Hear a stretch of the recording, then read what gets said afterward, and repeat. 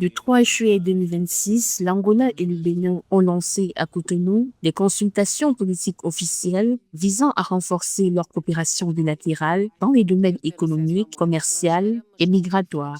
Cette première session s'inscrit dans un mécanisme permanent de dialogue instauré depuis le 7 avril 2008. Les échanges commerciaux entre les deux pays restent modestes avec un volume total estimé à environ 1,35 million de dollars. Cette initiative vise à renforcer la coopération régionale face aux défis sécuritaires et économiques en Afrique de l'Ouest.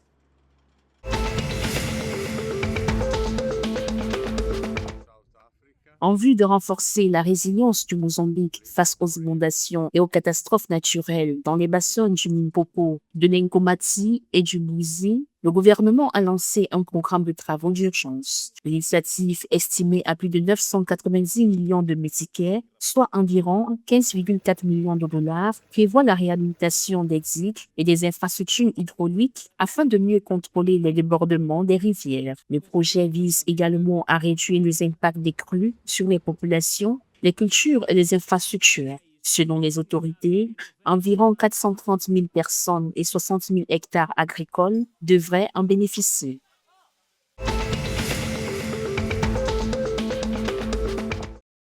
Face au chômage, les habitants d'Omatako, une localité située au centre-nord de la Namibie, se tournent vers la vente de bois de chauffage. Selon les données locales, le taux de chômage national atteint environ 19,3% en 2025, aggravant la précarité dans les zones rurales. Dans cette localité, la production d'un camion de bois peut nécessiter jusqu'à 3 à 4 mois de travail intensif avant la vente. Une cargaison d'environ 900 kg de bois est vendue autour de 500 dollars namibiens, malgré la faible rentabilité. Cette activité informelle devient ainsi une solution de survie pour de nombreux ménages touchés par le manque d'emploi.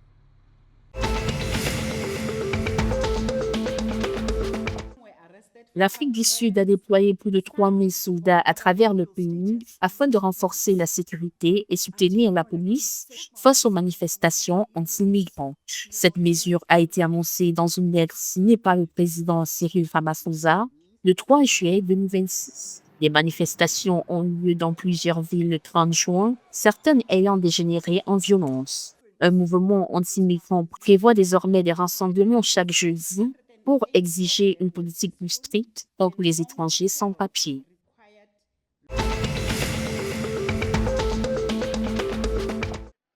Le Zimbabwe a annoncé son groupe de 15 joueurs pour la série de 3 matchs internationaux d'un jour contre le Bangladesh avec la présence d'Innocent Keya, récompensé pour son excellente forme après son premier siècle en test lors de la victoire historique contre les mêmes adversaires. Innocent Keya retrouve le groupe aux côtés de Ben Courant et de Brian Bennett dans le secteur offensif, marquant un nouveau tournant pour les Chevrons. Le Zimbabwe affrontera le Bangladesh les 6, 9 et 11 juillet avec l'objectif de poursuivre sur la dynamique de son récent succès en test.